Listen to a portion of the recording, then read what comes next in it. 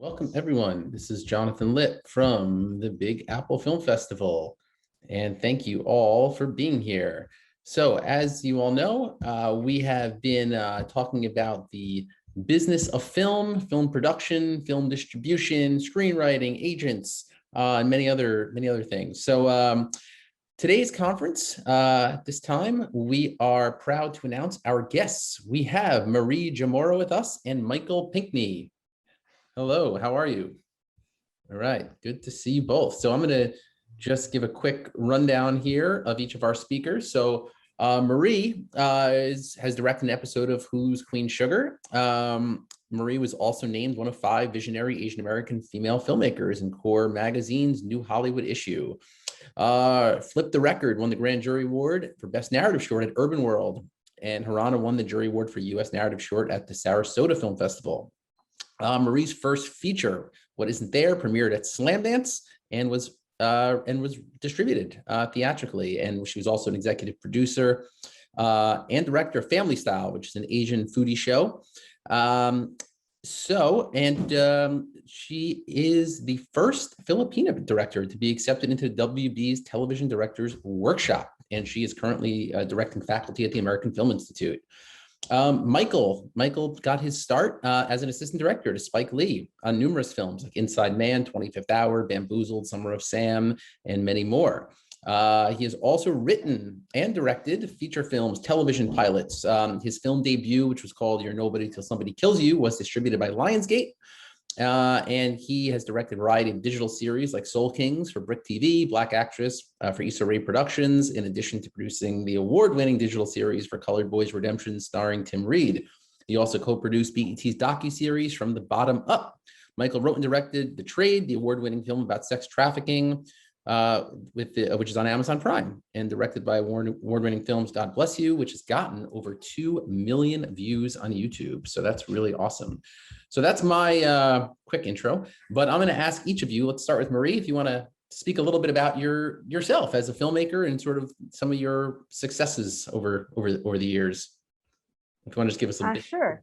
Just a quick brief intro. Hi, Jonathan. It's great to be here. Thank you so much for inviting me. Right. Hi, everybody. And I'm Marie, and I am originally from Manila, Philippines. I was born and raised there. I was there and working till 8 years ago, when, because of my feature film at Slamdance, I met the man who was going to be my husband, and he got an opportunity to work in LA. I followed him, and then we just decided to make a go in LA and then it's been a wonderful experience so far, and a journey from coming here in 2013 and nobody interested in an Asian female filmmaker directing and getting odd jobs and really believing in myself and making an opportunity and self-financing Flip the Record, which was the short film that won at Urban World. And that really changed everything. Because of that, I got opportunities to direct, and it's been an uphill trajectory since then. And great news, Family Style, which you had mentioned in the bio, is now on HBO Max, and it was released last week. So I hope everyone gets to watch it. Congratulations. Very cool. All right, Michael.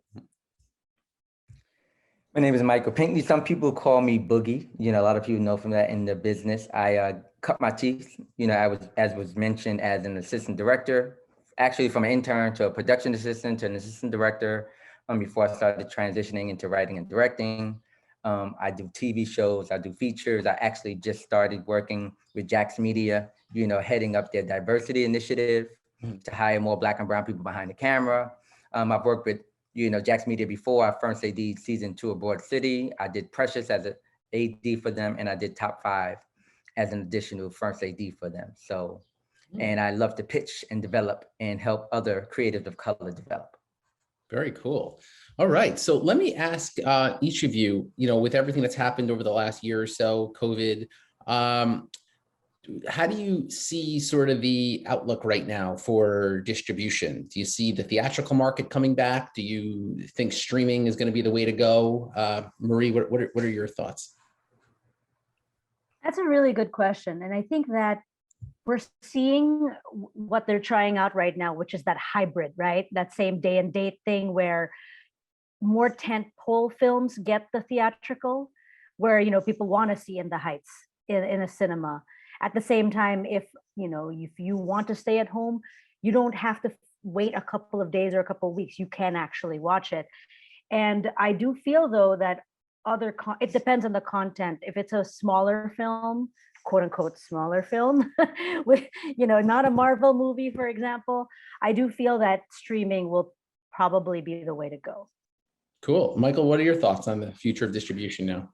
Yeah, I definitely think streaming is going to be the wave of the future, you know, and I don't know if we're going to ever really go back to movie going of old, because I think that the world has somewhat changed. But, you know, there's so many streaming platforms now that they're looking for a lot of content. So I think, you know, we'll be able to still produce a lot of great quality content, even if it's not going to the movie theaters. Yeah, and if anybody has any questions, feel free to put into the Q&A box, and we'll try to get to as many questions as we can. So in terms of the financing of independent films now, one of the most difficult things is sort of how to get the money together. Do you crowdfund? Do you get private investors? Marie, how did you go about the process for your first projects? I think that there are options, and however is best for the filmmaker is the way to go. So, for example, my first project, I said self-finance. We made it for $4,000, that short film, and luckily at Urban World we won $5,000. So we made the money back, which is unheard of for a short film. Harana, which is the other short film you mentioned, one of the requirements for AFI, because I made it under the Directing Workshop for Women program, was we needed to crowdfund for it. It was almost a necessity. It was rare that you could find a financier, because they wanted the short films to range from $25,000 to $40,000. So that's quite a lot of money. So I had to crowdfund that one, and that's a whole different ball game. I don't know if that is my strength. I might. It might be something that I would do sparingly, because I think some people are really great at it, and I don't think I'm very good at it, because I think it's as much effort that you put out that you take in. I think, and it was one of the things where you're digging into your LinkedIn, writing ex-boyfriends. It's really, you have to go really deep for crowdfunding. And then in terms of features, my first feature, that was a mixture of getting a couple of grants from the government. I got a post-production grant from the National Commission in the Philippines, and I got a seed grant for the film from this film festival, which is like the Sundance of the Philippines. And then I had some money. I had to get money from friends and family and my own savings. That was really like a mix. And then I also had to reach out to a private investor, like a businessman, who came up with the last bit. So that was like really like, however you can get the money for your film, you just have to try every avenue. And then I think for film festivals, I did crowdfund in the Philippines for that, which was a smaller amount. But that was sort of like trying, when it comes to your own personal feature, you will like beg, borrow, and steal kind of a thing. Yeah. And I'm sure Boogie could talk about this as well.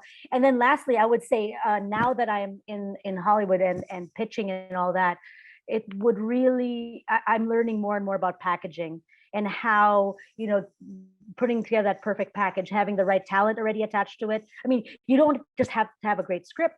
You have to have the right producer, the right talent, and then you have to approach the right studio. If the studio is already there was a film I almost got this summer, which was a studio film. They already had the money in place. So just feature films, it's really a beast where whatever works to supply that money is the best option for you as a filmmaker.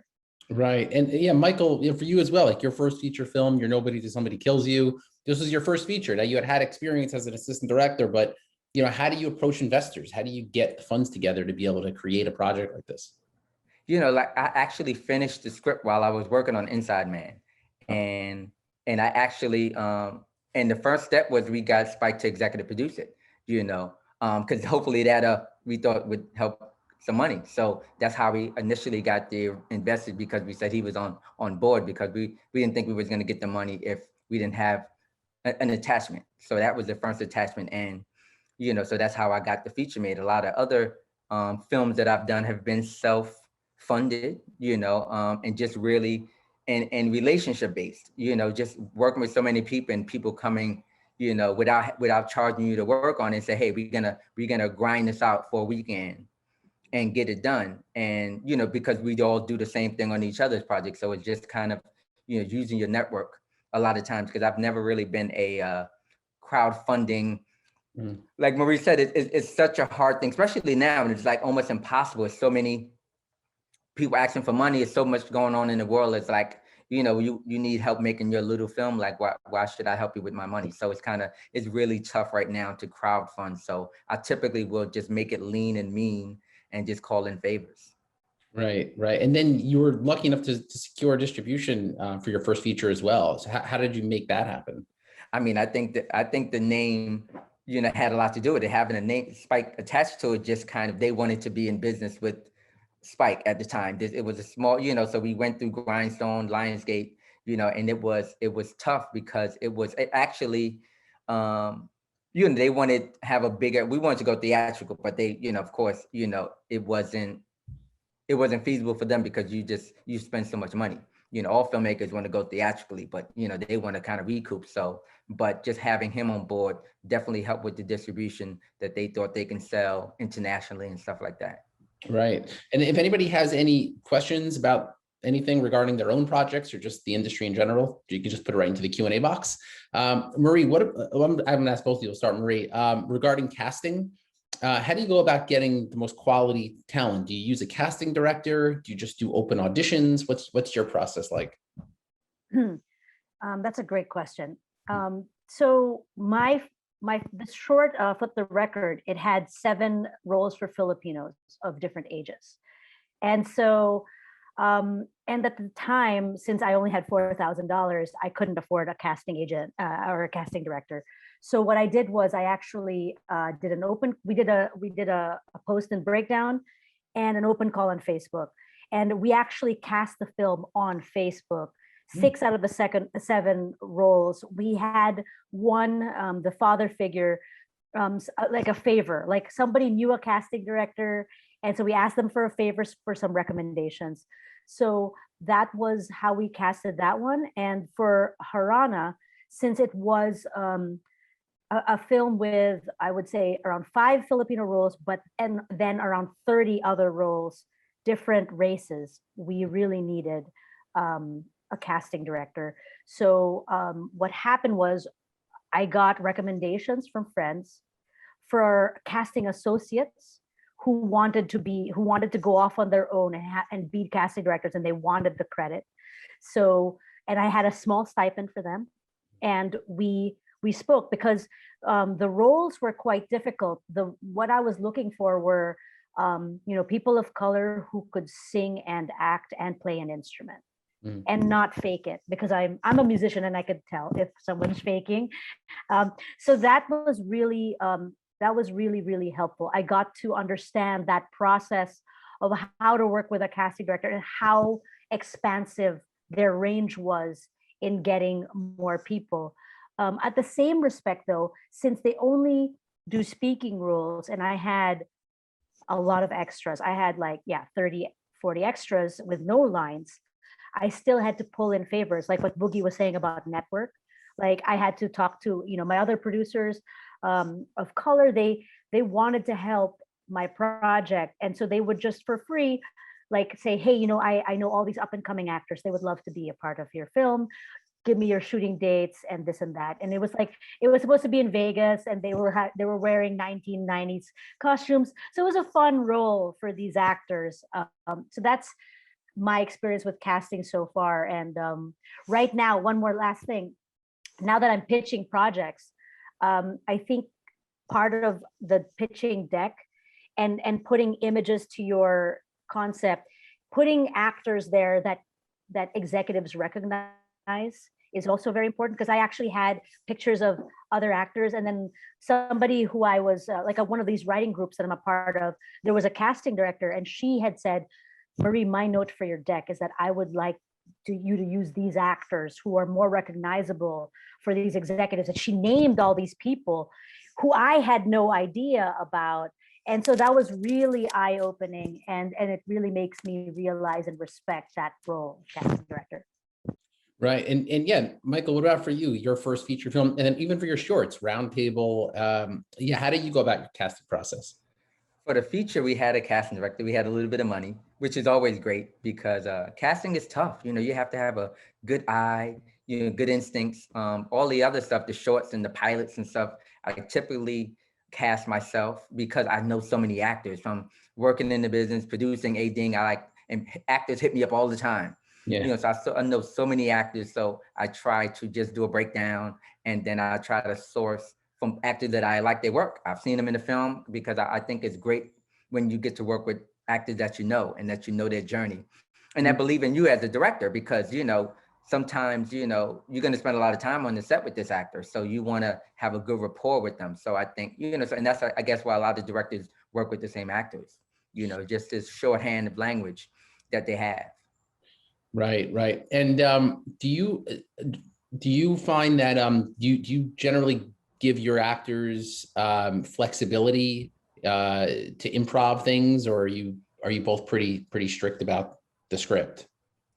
I'm not strict with the script at all. I mean, I've worked with, you know, Spike is very strict with the script. You know, some directors I've worked with that aren't. I think I'm a mixture of the two. I want to be more collaborative. I want to see what the actor does and give them a little bit of freedom, because then they tend to trust me as a director a little more, so they don't feel like a robot. So I definitely, you know, want to give them some range, but keep them in line.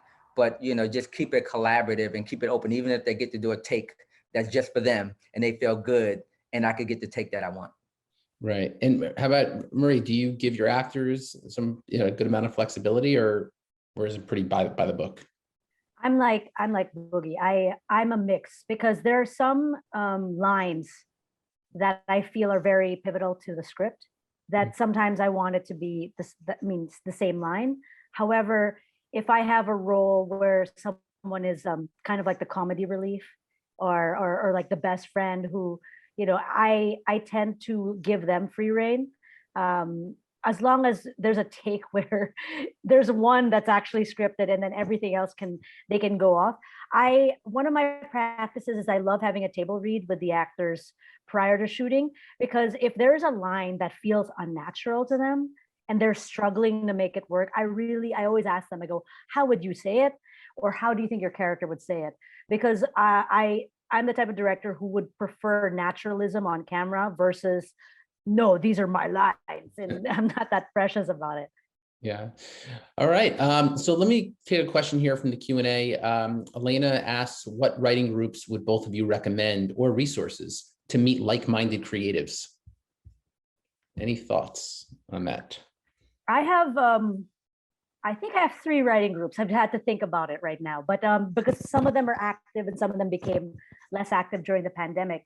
And they're actually, what I love about them is that they're completely different artistic sensibilities. And one writing group is sort of the people I knew from film school, and the people I've still kept in contact with. And it's not even just my film school. Like it's me and then a very good friend of mine, and it's our classmates from film school who we respected their work, their writing, but they're not exactly like us, but because we want feedback from someone who doesn't think like us. And but at the same time, it's, you know, they're doing different genres, etc. And then we collected like this group which we felt had a really good chemistry, and then that's one group. Another group is more industry, like people I'm not that close to, but people who are in a similar place in their careers. And we're all, you know, we all are pitching our work, and we learn, we're like, we're very honest. We're like, okay, how much money did they offer you? Like, I mean, kind of that kind of talk, and we just being very honest about it. And then the third one, as I mentioned earlier, I was part of this directing workshop for women at AFI, and I was with we were 8 women, And when we realized we were in classes and we were giving each other notes, we loved it. We had never been in a space where it was just women giving each other feedback. And it was this, we wanted to continue that. So even if the program is over, we've kept this group going. Wow. So it's like, my advice for Elena is, try to either make your own group, or if you're looking for a group, like go on, wherever you find, like, are you on Facebook on a couple of creative groups or Instagram, and then try to see and feel out, because I'm sure people like you are looking for this kind of community. Yeah, very cool. And Michael, what about you? Do you have any groups you're a part of, any communities or anything like that? Yeah, mostly, like Marie said, on Facebook, there's so many groups. There's so many groups of people looking to connect, writers, directors, DPs, so I typically join a group and I just, try to jump in, and I've started some of my own groups. I started a sketch comedy group because I wanted to write sketch. So I got a couple writers together and we're working on sketches. I never really wrote sketches, but I wanted to definitely get in that space because comedy is a lot more opportunities in the comedy space. So I just, reached out to some writers that I know, and we all jumped on board and just started working on some sketches. Wow. Do you do comedy as well? Like, are you yourself do you do any comedy? No, behind the camera, never in front of the camera. Oh, okay. Gotcha. But I did Soul Kings, which is a dry comedy. So I love comedy. I want to do it more. Right. Again, in terms of the question about casting, how do you get sort of like name talent attached? Like, what's one of the most difficult things is, trying to get a known actor. So like, Marie, what would you do if you're trying to get, let's say you know of a certain well-known actor that would be good for a role? How would you approach them? This is what I would probably do, but I have not done it yet. So I have a manager and I have agents. And my manager's at 3 Arts and my agents are at Verve. And what I would probably do is I would try to see the connections. Like, is this actor housed in 3 Arts? Or is there a project in 3 Arts? If they're not, is there a project in 3 Arts that actually uses this actor or similar actors in that, let's say, A-list category? Same goes for Verve. Yeah. That's the best way, because I don't think, or for example, I have friends who are more plugged into, let's say Asian Hollywood or something like that. And I would probably reach out and be like, hey, this person, right?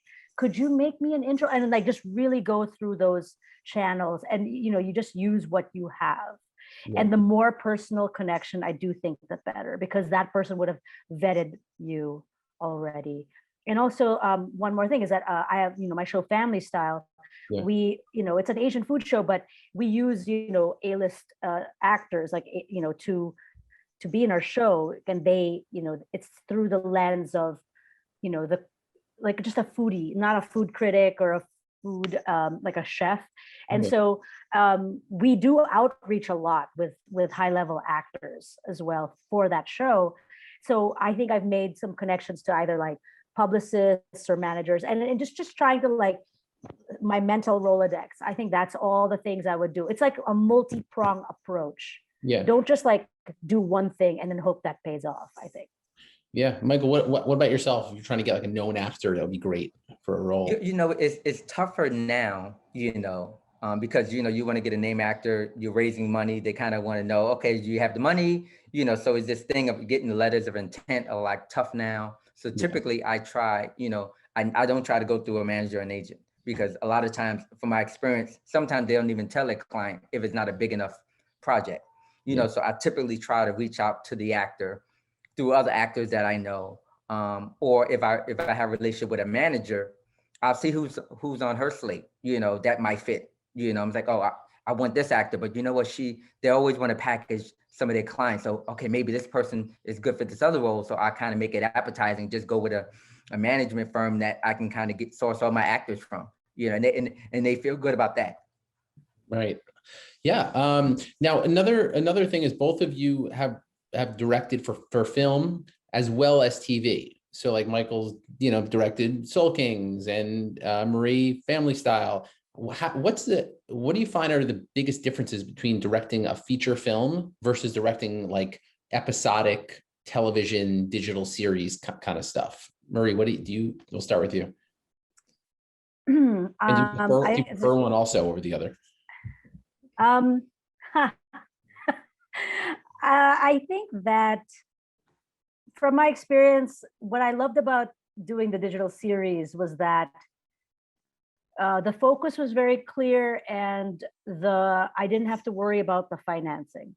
I feel like with features, a lot of it is really about finding finances to make it work or to even finish the film, which is a bit, so it's you as me as a director, I'm a producer and a director.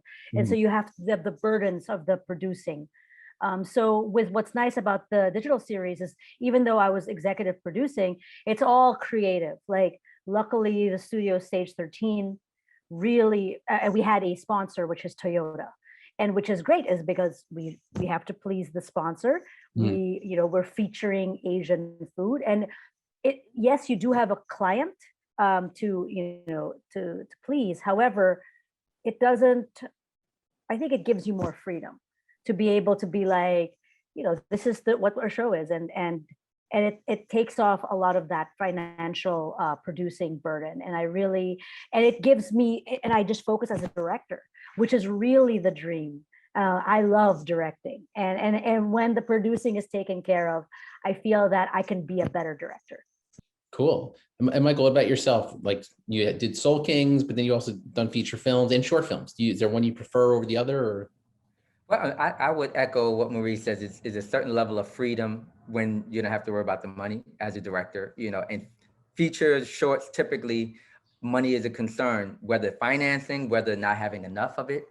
In the digital kind of, TV space, the money's there, but you also have someone that you got to please, whether it's a client or producers or showrunners. So I like the freedom that film, has, but I like the structure of more of a digital episodic kind of feel, so there's pros and cons. I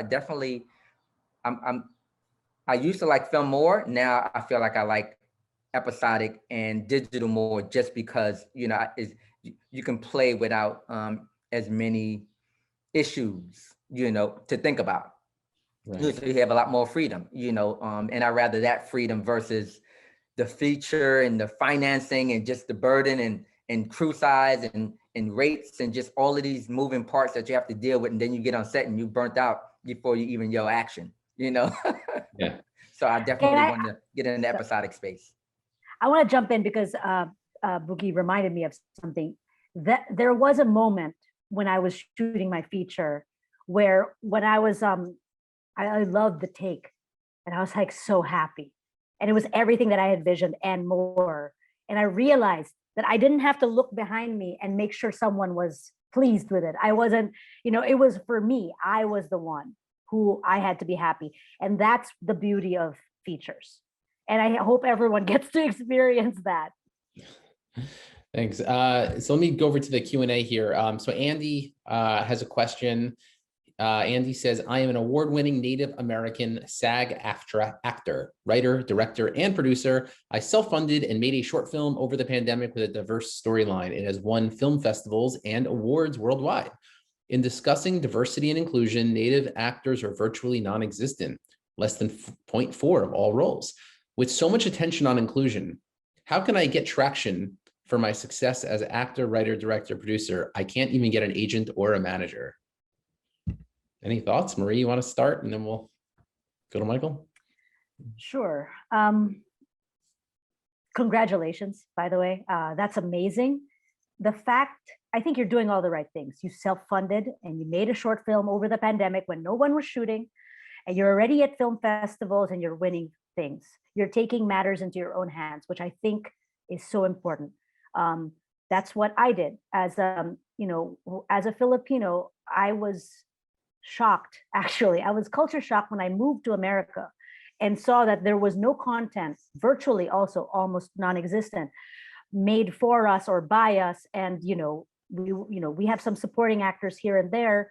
However, we're the second largest Asian American group, and yet there's nothing for us. And so taking matters into your own hands, creating content that you want to see and pushing it out is really the first step. And regarding getting an agent or manager, that's something that I learned. It almost comes to you when you have success. They come to you and they want to represent you because you already are doing it for yourself, and they can see that you are a self-generating content machine, and they see your talent. So that's unfortunate that's what happens, that they have to come to you after you've achieved some success. But I do feel that yeah, you're doing all the right things, and maybe like, putting yourself out there, like what you're doing right now, asking questions, meeting people, and maybe like getting to share the work. I think that's all in the right direction. So I say, keep doing what you're doing. And if you're just keep making more, like write more things, submit to more. I would say, like, if you have a pilot script, submit it to like the Blacklist. And I have a friend over the pandemic, she wrote a pilot just for fun, submitted to the Blacklist for fun. And it won like the best script of the week on the Blacklist. She got an agent at CAA like that. That's what she did over the pandemic. And I was just like, oh my, when I talked to her, I was like, oh my God, that's amazing. Because that was something that she just did because she wanted to. So I hope that helps. Yeah. I don't know, Michael, you have any advice for Andy? Yeah, I mean, that's great. That you're producing the content, because ultimately that's what we have to do. You have to tell those stories that you want to tell, and just kind of widen your network, find other people that want to tell similar stories, and continue to, just produce that content, write that content, develop some content that you can pitch, and just and connect with like-minded people. And, it's the time is now, so hopefully we can, we can get more inclusion, we can get more diverse stories, and this is that moment. Hopefully, it continues, but this fight continues. So, just keep fighting. More, I'm so sorry. Can I add one more thing? There is Ava DuVernay is producing. Shaz Bennett is the showrunner. They have a Native American series that they're going to be shooting, I think, soon. So I would say, please keep posted, because they're going to be looking for actors. So please, that's something I just want to add. Oh, and this Ava DuVernay is going to be producing it or directing it? Ava is, I think, the executive producer. And this is one of the shows under Array's banner. Oh, wow. And they announced it on Deadline already about the show. So please, just follow that. And, and then since you're an SAG actor, tell your, the cast, look for who the casting director is, maybe for that, and be like, get me on this show. Yeah. Cool. Michael, you started out working as an assistant director. So do you feel that was beneficial for you to be able to get your own films made? Like, would you recommend that route for others? Well, I would, but I initially, when I got into business, I thought being an assistant director was the stepping stone to be a director. I quickly learned that that's traditionally not how it's done. Yeah. but it was too late. I was already ADing. But it definitely, it allowed me to kind of learn about the directing process and work with a lot of different directors. So it definitely was a good training ground, I did a showrunners. The DJ had the showrunners event, and some DJ directors got to meet with showrunners and talk about their journey. And one of the showrunners told me that I have to learn how to be more irresponsible because I came up as an AD. He loved my work. He said, your work is amazing, because, ADs, typically we worry so much about production and having to do it, put it in his box. And he's like, you need to just not think about that, because you came up as an AD, so your mind already works like that. And he told me, and I was like, because it's true. Sometimes I might tailor my creativity to make sure it fits, is pleasant for production, when it's kind of like, don't worry about it, let somebody else worry about that. So when he said it, I was just kind of like, it was jarring, but it resonated with me, so I'm working on it. You were an AD on some really big films. Like, what's it like? Yeah. Like, let's see, you're working on a film like Precious, which was nominated for an Oscar. It was a big movie, and then you went on to, you were assistant director on Inside Man. What's it like then, after working on the set, to see these legendary films up on the screen and so I well mean, recognized? it was great. And, you know, sometimes I'm watching and I'm like, okay, what was I doing at that time? I Yeah, had to learn how to enjoy it. But it's great. It's one of the reasons why I want to make films, you know, because it's so rewarding, you know, to see how people react to it. And you put in all this work, it's kind of like it's, you know, being an AD is, you know, is a thankless job.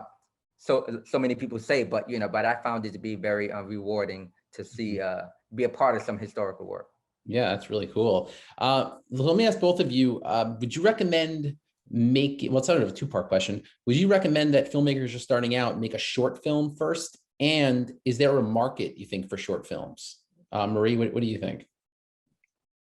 Yes, I learned that this industry really, they don't take big risks. So they really want to see things.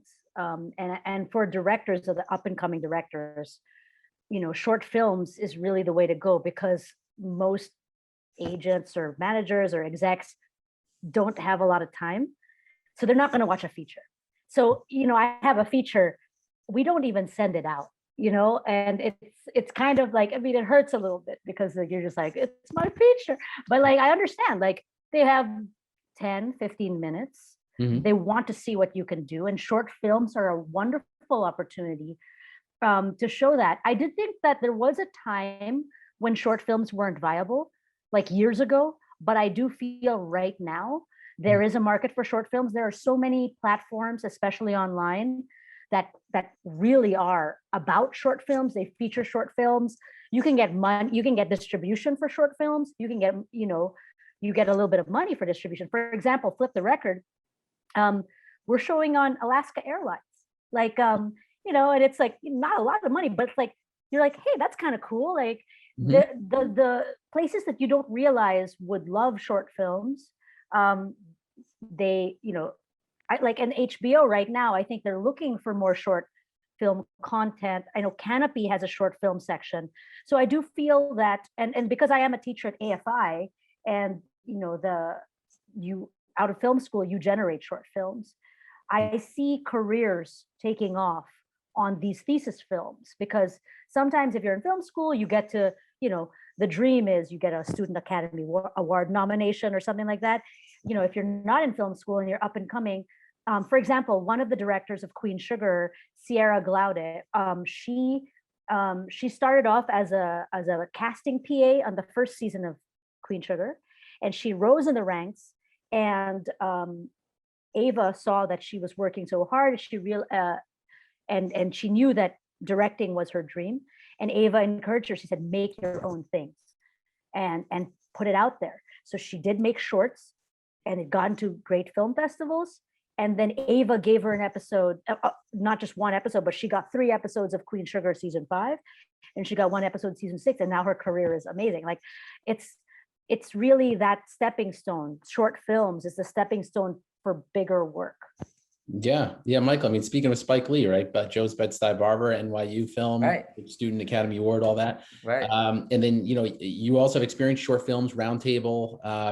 Would you say that shorts is a good way to go if you're just starting out? Yeah, to me, it was the only way to go. You know, not only just kind of getting attention, but also I directed probably 11 short films. I would do a short film in between. When I was a PA, I would, you know, shoot short films every time I finished a film, and then it helped me to hone my skills. You know, because basically, when I was an intern, I have an experience on watching the camera truck on a Spike film, my first job, and the camera operator asked me what I wanted to do. And I said, I want to direct. And he says, well, go and direct. And it resonated with me so much. Phil Oduka, amazing. I bumped into him on the subway a year ago. And what that told me is that I have to start directing now, whatever it is. I was shooting on a mini DV at the time, you know, so it's kind of like, but I got to I got to elevate my voice. I got to learn. I got to, figure out what my eye is, and just, I needed to work those muscles. So when they give you money for a feature, you kind of feel confident. Yeah. I can make mistakes on my dime, but once they give me money, I have to know what I'm doing. So shorts is, the minor leagues. Get in the minor leagues. Doesn't matter. You can shoot with a phone, but direct. Tell, even if it's no script, improv, just something. But definitely shorts are the way to me to really develop as a director. Can I add one more thing, please? Yeah. So one thing, like Boogie, I've directed a lot of shorts. However, I actually started my career as a music video director in the Philippines, and I've directed over 50 music videos, 50. Wow. And so, like what Boogie said, like you really learn, you experiment with music videos. I tried different genres. I got to see what my strengths were. I worked with different budgets. I worked with film and video at HD. And one thing that I realized that gave me is every time I go on a set, people tell me, you are so comfortable on a set. And I realize it's because of all the, and then music videos are short films. Like they're short films with no dialogue. That's basically what they are. So yeah, that, as Boogie said, direct, you have to do it. And so that, as he said, like you are confident when you actually are given that huge opportunity, you know what to do and you don't second guess yourself. Cool. Yeah. All right. Thank you. If anybody has any last questions before we wrap up, feel free to put it in the Q&A box. And I'll just conclude with my final question. Marie, do you have any upcoming projects that you're working on now? Anything we could expect to see soon? I know Family Style is going to be on HBO Max. That's awesome. Congratulations. Any other projects you're currently working on? Yes, it is on HBO Max now, so you can binge it. And each episode is like 10 to 15 minutes, so you can actually binge it real fast. I am currently finishing up a stop motion animation music video. This is like my 50-second or something music video, but I'm really excited about that because it's the first time I'm directing animation, and it's a wonderful like new craft I'm learning. Really excited because it has Filipino puppets, and I've never seen. It's the first time we're actually making that, because in the Philippines there's not a lot of stop motion, almost non-existent. And so that's coming out very soon. I hope if anyone follows me on social media, you will see that. Another thing is that my Queen Sugar episode is going to come out in September, October of this year. So I hope that you watch it. It's the 3rd episode of the 6th season, and please, I'm very proud of it. And that's on Hulu. That's on Hulu, and also you can watch it on Amazon as well. And of course, it's on the OWN network. Right, cool. That's Michael? What I'm thinking also far. Awesome, thank you. Michael, you working on anything right now? Well, I'm pitching a lot. I'm pitching this TV series called Blue Flame about an undercover unit of 4 women, that I developed with a lieutenant in New Jersey, a police officer. I finished the pilot that I wrote that I'm going to be pitching called Blackville. I am pitching a female sneakerhead unscripted show called Soul Queens. So I'm doing a lot of pitching, a lot of developing. Like I said, I'm running Jack's Jobs, which is the diversity initiative at Jack's Media. So I really feel good about that, just kind of diversifying the workforce. And I'm doing the Blackville sketch comedy. We're finishing the episode, and then I'm gonna shoot 8 episodes of a sketch series, which should be fun. Cool. All right. Well, thank you so much. I really appreciate you both. We all appreciate you both being here. Thank you, Maria Jamora. Thank you very much. And look for Family Style coming out on HBO Max. Queen Sugar will be on Hulu and Amazon and OWN network. And Michael Pinckney, thank you so much. We really appreciate all of your insight and wisdom. Thank you all, and thank you for all the participants. And we'll see you again real soon. Thank you very much. Thank you. Thank you, guys. Bye. Thank you. Bye. Bye-bye. Bye.